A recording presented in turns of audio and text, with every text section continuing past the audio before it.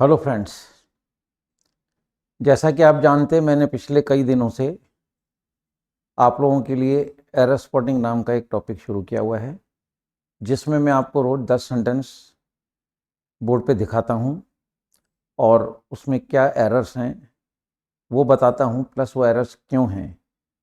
तो that I explain with logic, तो वो मैं उस तर्क के साथ आपको समझाता हूं। सो फ्रेंड्स, तो चलते हैं आज के नेक्स्ट 10 सेंटेंसेस रोज की तरह।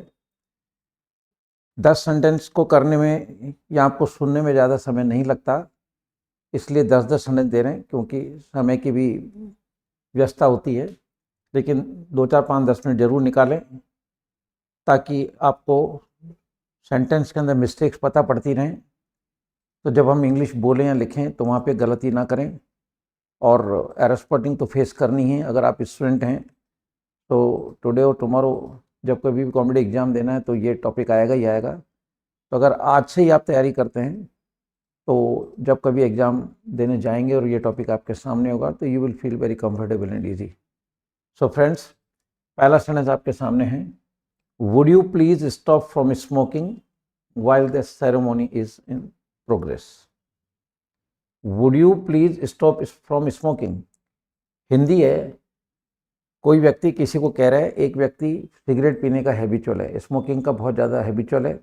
अब घर में कोई फंक्शन है और वो सिगरेट पिएगा तो अच्छा नहीं लगता, तो वो व्यक्ति उस सिगरेट पीने वाले व्यक्ति को कह रहा है, would you please stop from smoking, कि क्या आप धूम्रपान करना बंद कर दोगे while the ceremony is in progress, जब ये उत्सव चल रहा हो। फ्रेंड्स, हिंदी के हिसाब से यहाँ पे फ्रॉम को डिलीट करना है और यहाँ पे हमको ऑफ लगाना है ना। यानी जो आप धूम्रपान का कार्यक्रम जो आप चलाते रहते हो या धूम्रपान करते रहते हो उसको आप बंद कर दोगे, तो यहाँ पे फ्रॉम नहीं आएगा, ऑफ आएगा। Clear. Second, many a leader promises paradise on earth but such promises remain unfulfilled. Once again, many a leader promises paradise on earth but such promises remain unfulfilled. देखिए, मैंने पिछले भी कुछ सेंटेंस रिपीट होते हैं। Repeat करने के पीछे कारण ये है कि जब हम कुछ सेंटेंस को रिपीट करेंगे तो वो पहला सुना हुआ होगा, अगर वो सेंटेंस पहले सुना हुआ है, जैसे कंडीशनल सेंटेंस में रिपीट कर जाता हूँ और भी कई चीज़ें रिपीट कर रहा हूँ इन्हीं में। द रीजन बिहाइंड की वो चीज़ रिपीट होती है तो उस समय आपके माइंड रिकॉल करना चाहिए कि यार ये चीज़ अपन ने सुनी हुई है। तो रिपीट का मतलब रिवीजन। तो अगर मैं एक चीज़ को 2 बार या 3 बार या 4 बार रिपीट कर जाऊँगा तो आपको एक्स्ट्रा याद करने के लिए टाइम देने की ज़रूरत नहीं है। बस 3-4 बार वो चीज़ सामने आई नहीं और वो माइंड में सेट हो जाएगी कि ये चीज़ अपन पहले सुन चुके हैं। So friends, many a leader promises paradise on earth but such promises remain unfulfilled. Many a leader promises paradise on the अर्थ, जितने भी मतलब लीडर्स आते हैं उनमें से कई वादा करते हैं स्वर्ग को जमीन पे लाने का, कि हमें वोट दो, हम मतलब मिनिस्टर बन जाएंगे, उसके बाद हम लोग यहाँ हम लीडर बन जाएंगे, उसके बाद हम ठीक है स्वर्ग को जमीन पे ले आएंगे। But such promises remain unfulfilled, लेकिन ये वादे वादे ही रह जाते हैं, उनको कोई पूरा नहीं कर पाता है। फ्रेंड्स, मैंने अभी आपको पहले पिछले वीडियोस में भी बात कही थी कि अगर सेंटेंस मैनी ए से स्टार्ट होता है तो हमको ए को देख के आगे चलना है। ये ए सिंगुलर है इसलिए लीडर आ रहा है। आपके मन में एक बात आ सकती है कि मैनी लीडर्स क्यों नहीं है, मैनी मतलब ज़्यादा होता है, लेकिन मैनी ए में ए को देख के आगे बढ़ना है। तो ए के बाद जो भी नाउन आएगा सिंगुलर आएगा, और जब नाउन सिंगुलर आ रहा है तो आगे जो भी हेल्पिंग वर्ब आएगा वो सिंगुलर ही होगा। तो यह प्रोमिसेस में एस लग रहा है क्योंकि प्रेजेंट इंडेफिनिट टेंस का वाक्य है। यहाँ गलती क्या है, आपको अच्छी तरह पता है कि अर्थ के पहले हमेशा ऑन लगता है, तो यहाँ पे हम द इंसर्ट कर देंगे, बात खत्म हो जाएगी। तो ये हो जाएगा ऑन द अर्थ। आपको पता ही है कि सन मून अर्थ के पहले आर्टिकल द लगाया जाता है, ये चीज़ आप अच्छी तरह जानते हो। तो many leader promises paradise on the earth but such promises remain unfulfilled. Clear. Next sentence है फ्रेंड्स आपके सामने, he neither give satisfaction as a cook nor as a chauffeur. Chauffeur का मतलब होता है ड्राइवर, ठीक है, ड्राइवर के लिए शॉफर वर्ड यूज किया जाता है। He neither give satisfaction as a cook nor as a chauffeur. Hindi है इसकी, उसने ना तो कभी सेटिस्फेक्शन दिया एक रसोइये के रूप में और एक ड्राइवर के रूप में। कोई व्यक्ति है वो रसोइया भी है, ड्राइविंग भी कर लेता है, पर वो दोनों जगह असफल रहा, न वो अच्छा पका पाया न वो अच्छी ड्राइविंग कर पाया। फ्रेंड्स, मैं आपको पिछली वीडियो में कह चुका हूँ कि जब कभी भी सेंटेंस में not only but also, neither nor और ईदर और, इन तीनों में से कोई भी कंजंक्शन आ जाए, ये कंजंक्शंस हैं, दो वाक्यों को जोड़ने का काम करते हैं, तो नीदर नॉर, ईदर और, नॉट ओनली बट ऑल्सो आ जाए, तो उस सेंटेंस में आपको सिर्फ एक चीज़ देखनी है कि नीदर के बाद और नॉर के बाद सेम पार्ट्स ऑफ स्पीच है या नहीं है, यानी सेम चीज़ है या नहीं है। आप देख रहे हैं यहाँ नीदर के बाद आ रहा है, देखिए नीदर है, इसके बाद यहाँ पे आ रहा है वर्ब, ठीक है, और आप यहाँ देख रहे हैं यहाँ नॉर आ रहा है, इसके बाद आ रहा है एज। यही मिस्टेक है। जब कभी सेंटेंस में not only but also, neither nor, either और देखें तो आपको ये देखना है कि नीदर के बाद अगर आर्टिकल आ रहा है तो बट ऑल्सो के बाद भी सॉरी, नीदर के बाद आर्टिकल आ रहा है तो नॉर के बाद भी आर्टिकल आएगा। चाहे नीदर नॉर हो, चाहे ईदर और हो, चाहे नॉट ओनली बट ऑल्सो, तीनों में से कोई भी आ जाए। नॉट ओनली के बाद अगर प्रीपोजिशन आ रही है तो बट ऑल्सो के बाद भी प्रीपोजिशन आएगी, है ना। ईदर के बाद अगर वर्ब आ रहा है तो और के बाद भी वर्ब आएगा। इसी का नाम है सेम पार्ट्स स्पीच। तो यहाँ हम क्या देख रहे हैं, काम देखिए इधर, he neither give satisfaction as a cook nor as a chauffeur. तो यहाँ ठीक है, नीदर के बाद सेकंड फॉर्म आ रही है और उधर नॉर के बाद एज आ रहा है, तो हम क्या करेंगे, यहाँ से नीदर को यहाँ शिफ्ट करेंगे।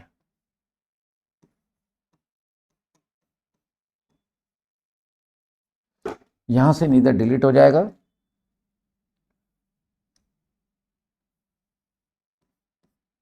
ठीक है। तो यूं कर दीजिए, मतलब जो है कि नीदर को उठा के हम यहाँ पे इस जगह ले आएंगे।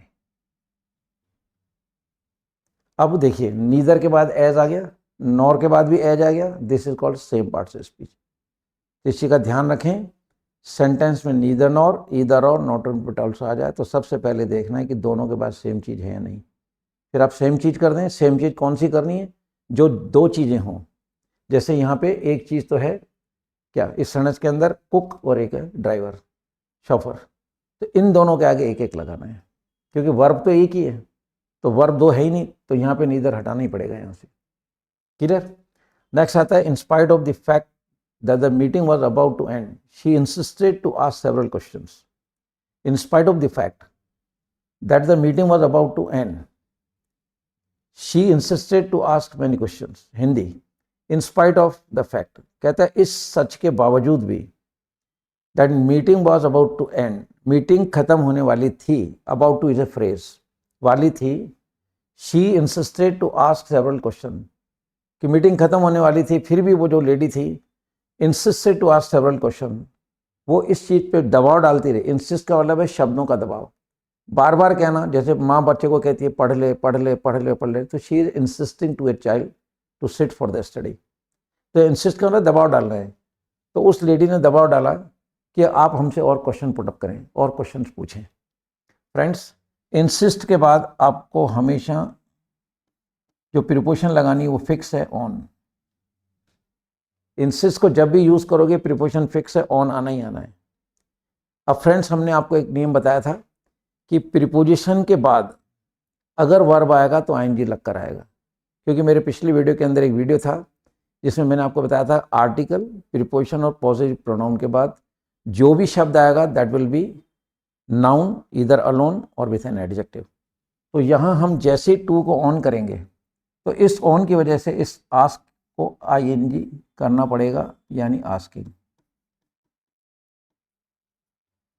तो फ्रेंड्स, यहाँ इंसिस्ट के बाद प्रीपोजिशन ऑन फिक्स है, जैसे हम टू को ऑन करेंगे उस ऑन की वजह से आस्क में आईएनजी लगाना पड़ेगा, क्योंकि प्रीपोजिशन अपने बाद नाउन को अलावा किसी को आना नहीं देती है। अब आस्क वर्ब है तो ऑन आस्क नहीं होगा कभी भी, क्योंकि ऑन प्रीपोजिशन है, आस्क वर्ब है। लेकिन ये आस्क जिद कर रहा है कि नहीं मेरे को तुम्हारे साथ रहना है, ऑन के साथ रहना है, तो फिर ऑन ने कहा कि ठीक है तुम नाउन बन जाओ, और किसी भी वर्ब को नाउन बनाने के लिए आप उसमें आईएनजी जोड़ दीजिए, that will be a noun. Clear. लेकिन हर जगह वो नहीं आएगा कि हर जगह आप उसको नाउन का रूप ले लें। जैसे मान लो ही वाज आस्किंग, तब यहाँ पे आस्किंग नाउन नहीं है, यहाँ पे वर्ब है।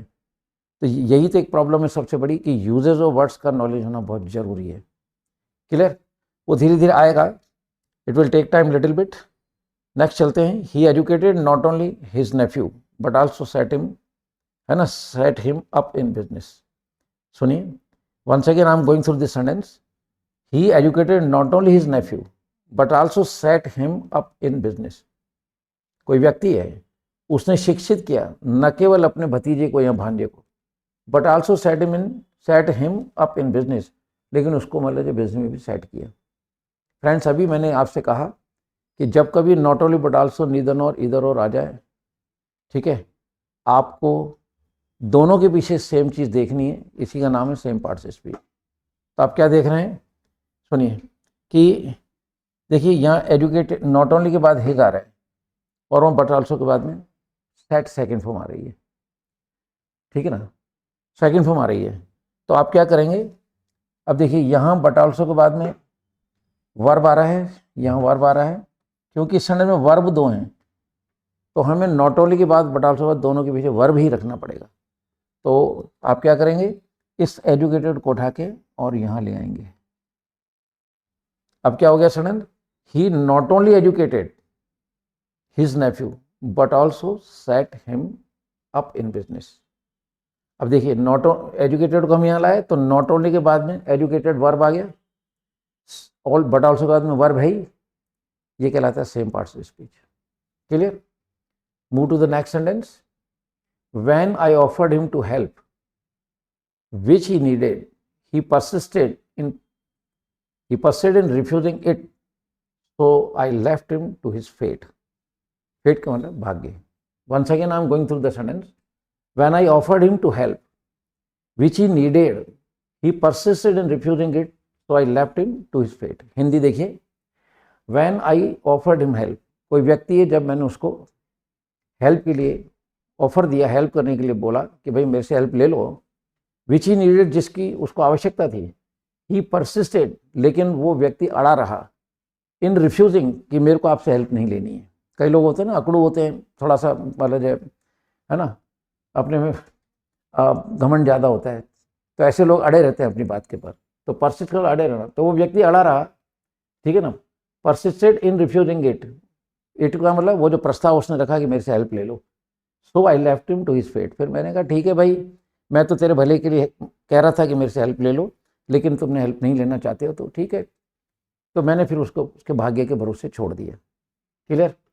तो देखिए, when I offered him to help, friends यहाँ पे टू का कोई रोल नहीं है, तो simply we have to delete to, कोई रोल नहीं है इसका। देखिए, when I offered him help which he needed he persisted in refusing it, so I left him to his fate. Now the sentence is right. Move to the next one. He told me that he wrote a letter to his superior for a certain reason. He told me that he wrote a letter to his superior for a certain reason. Hindi, उसने मुझे कहा, he wrote a letter, कि उसने एक चिट्ठी लिखी अपने superior को, यानी अपने सीनियर को, for a certain reason, किसी कारण से। फ्रेंड्स, ये इनडायरेक्ट का सेंटेंस है। ही टोल्ड मी दैट, ये सेंटेंस इनडायरेक्ट का है, और जब हम डायरेक्ट से इनडायरेक्ट बनाते हैं तो second form had plus third form में कन्वर्ट हो जाती है। तो we have to delete this word wrote, and in place we are to write had written. Clear?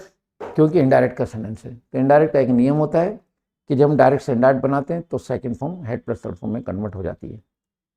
Clear? Next आता है, we were still talking about what should do. We were still talking about what should do when we heard the children shouting. Hindi, we were still talking, हम अभी तक बात कर ही रहे थे, हम अभी तक बात कर रहे थे about what should do, कि अपन को क्या करना चाहिए। कोई मान लो एक कोई मैटर था, उसके ऊपर हम बात कर ही रहे थे कि अपन को क्या करना चाहिए। when we heard the children shouting, तब हमने क्या, है ना, लड़कों मतलब बच्चों को चिल्लाते हुए सुना। When we heard the children shouting. Friends, children, बच्चों की आवाज़ आई तो बच्चे निश्चित थोड़ी कोई भी बच्चे हो सकते हैं, बाहर बच्चे चला रहे, हमें क्या मालूम कौन से बच्चे हैं, बच्चे तो बच्चे हैं। तो ये कॉमन नाउन है, तो यहाँ पर मतलब हमको द हटाना पड़ेगा, बिकॉज हम एक पर्टिकुलर बच्चों के झुंड के बारे में बात नहीं कर रहे हैं। तो we have to delete the now the sentence, right. Now you can go through this sentence like this, we were still talking about what should do when we heard children shouting, the हट जाएगा। Friends, the very second sentence, sorry, second last sentence before you, the teacher said to the boys that one ought to work hard to earn one living. Once again, the teacher said to the boys that one ought to work hard to earn one living.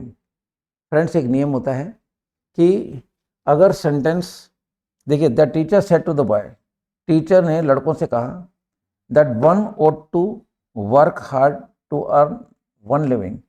Friend, अगर sentence में subject one आ रहा है तो उसके अंदर जो positive pronoun आएगा वो वंस आएगा, ONE'. जैसे मैं अपना काम कर रहा हूँ, मैं इसको यूं कहता हूँ, मैं अपना काम कर रहा हूँ, तो अपना के लिए आप माई लगाओगे।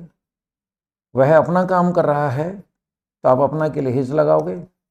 वह अपना काम कर रही है तो आप यहाँ पे हर लगाओगे, हर लगाओगे। तो इसी तरह से अगर हम सेंटेंस वन से स्टार्ट करते तो उसमें जो आगे पॉजिटिव प्रोनाउन आएगा वो आएगा वंस। क्लियर? एपोस्ट्रोफ मतलब का, के की। Friends, the very last sentence before you, he reminded me that he has often told me not to play with fire. He reminded me that he has often told me not to play fire. Hindi देखिए, he reminded मी, उसने मुझे बार बार remind कराया, यानी कि है ना, याद दिलाया, that he has often told him, कि उसने उसको अक्सर कहा है not to play with fire, कि भाई आग से मत खेलो। फ्रेंड्स, आप देख रहे हैं ही रिमाइंडेड मी, ये सेंटेंस पास्ट का है। दैट ही हैज, तो फिर यहां पर हम लोग हैज डिलीट कर देंगे और यहां पे आ जाएगा हैड।